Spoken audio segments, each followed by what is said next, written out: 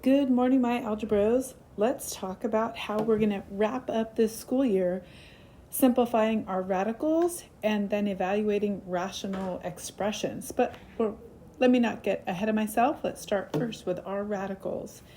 We've looked at radicals a little bit before, but we're going to go do a deep dive into these.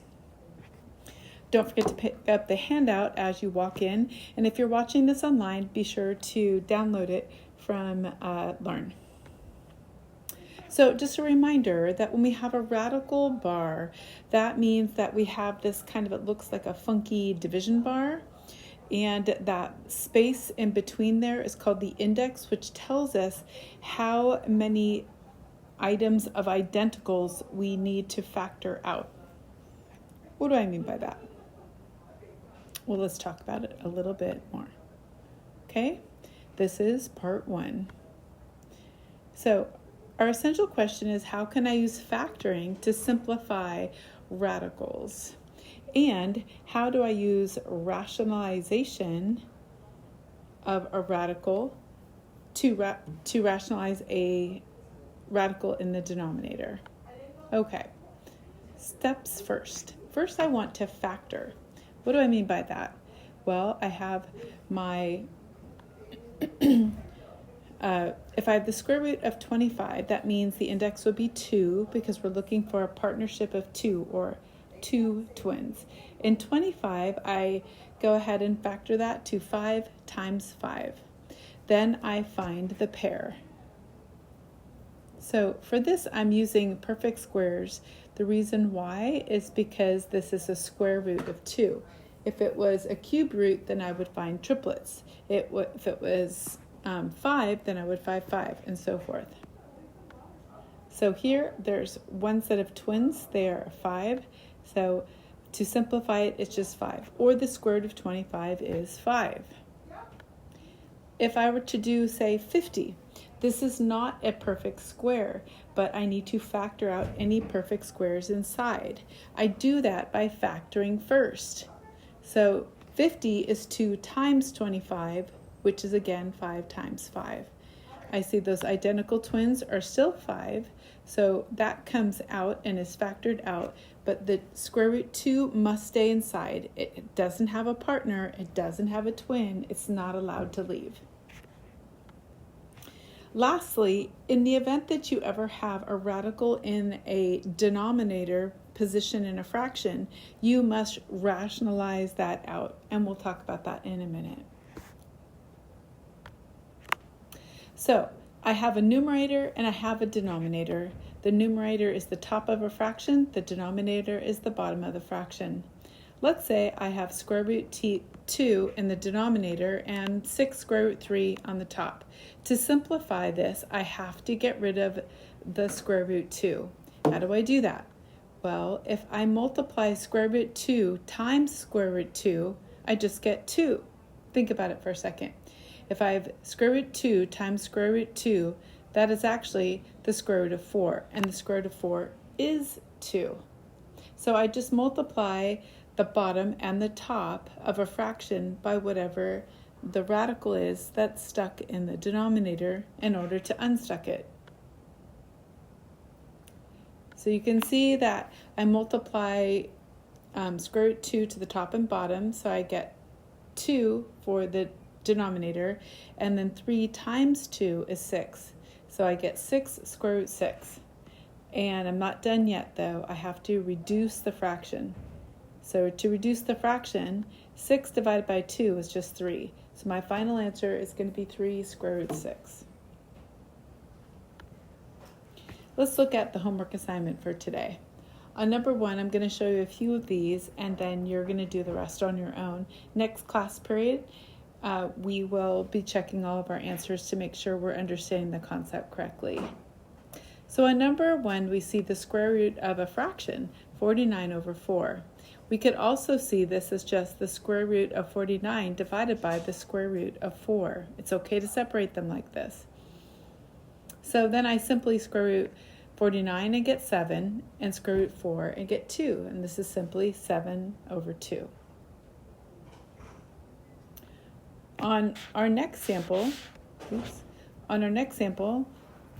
let's look at, okay, sorry about that. Let's look at this next one. So here I have the square root of 20, which is 4 times 5. And the square root of 81 is just 9. We know that because it's 9 times 9. Now on this, 4 is a perfect square. And so I can factor that out, getting 2. And then I have to leave the 5 inside over 9. All right. How do we do it with letters? Well, let's look at the number 3. First I have 3 times 25, which is again 5 times 5, over 4 x to the 4th, which is one set of x's and another set of x's. So if I were to square root each one of these, I'd get x and then times x, which is simply x squared. So I'd have 3 is still trapped inside, 5 gets to come out because it is a pair, and then I have 2 pairs of x's, which gives me x times x, which would be x squared. And don't forget that rule that we learned back in chapter 6, that if I have a exponent and I'm rooting it, I just get to divide it by 2, right? Or whatever the index is, I can divide by that. It's a shortcut there. Let's take a look at number 5. On number 5, I have the square root of 54, which is the same thing as 9 times 6. And that's divided by the square root of 24, which is 4 times 6. And right now, because I have these that are in common, I can factor those out. So then I simply get the square root of 9 over the square root of 4, which is 3 over 2. So don't forget to go ahead and reduce these fractions inside here, right? On number 9, we come to our first simplified radical that we can't have here. So I'm going to go ahead and multiply the bottom and the top by square root 2, so that I get 2 over 5 square root 2, right? When I look at number 12, I do the same thing, and I multiply by square root 30. So I end up with 10 square root 30 over 30. And I see that I have to reduce this part of the fraction, right? So I'm reducing 10 over 30, which just reduces to 3. So I get 30 over, square root 30 over 3. All right, let's take a look at the next page. On number 13, we can see that the square root of 1 is 1, but 18 is 9 times 2, which is fine because we can go ahead and take out the 3, because the square root of 9 is 3, and keep the square root 2 inside. Now remember, we can't have a radical in the denominator. So we're going to go ahead and have to multiply the bottom and the top by square root 2. Then I end up with square root 2 over, and if I square root 2 and 2 together, that would just be the square root of 2. And 2 times 3 is going to be 6. So we'll have 2 square root 3. Don't forget to multiply those out when you're done, right?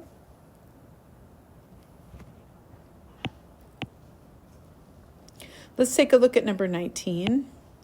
I'm going to go ahead and multiply by square root 6t. I do that to the top and bottom. Then I end up with 6t on the bottom. And then I have square root 2. And then I have, right here, this t squared tells me that that could factor out because that's a pair.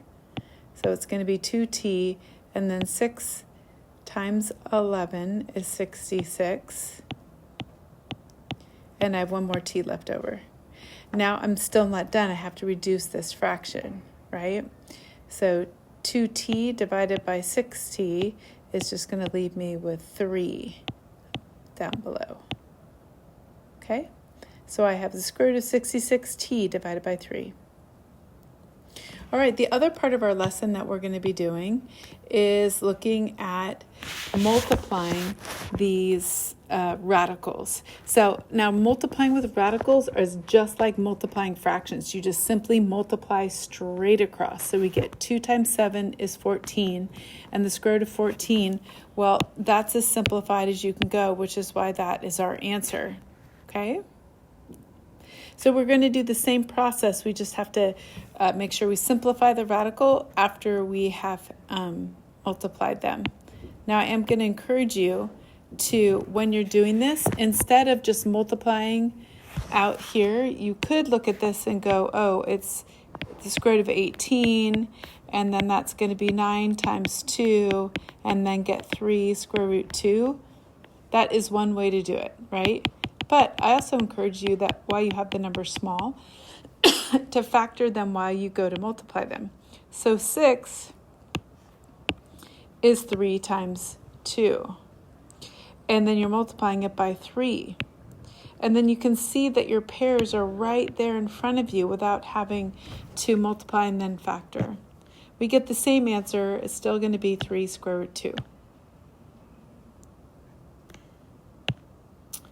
All right, let's look at number 8. On number 8, I multiply straight across. 8 times 5 is 40. And then I have the square root of 2 times the square root of 3, which is just square root 6. And I'm done. One more sample, like on number 10, if I do this. 3 times 2 is 6. And then I have 8, which is 2 times 2 times 2. And 5 is just 5. But I can see I have a hidden pair in there of the 2's. So that's going to factor out. And 2 times 6 is 12. And then 2 times 5, the leftovers here, go inside the root box. And 2 times 5 is 10. Okay? Let's just do one more sample. On 13, I multiply across. 2 times 7 is 14. And then I'm going to go ahead and keep them factored while I move them in. So I have 5, and 35 is 5 times 7. And I can already see my pair inside there, right? So I take out the pair, which is 5, and then 5 times 14 is going to be 70, and that square root 7 is still stuck in there. Alrighty, make sure you have this done next time I have you at class. And of course, you can come see me any day at lunch if you need some help.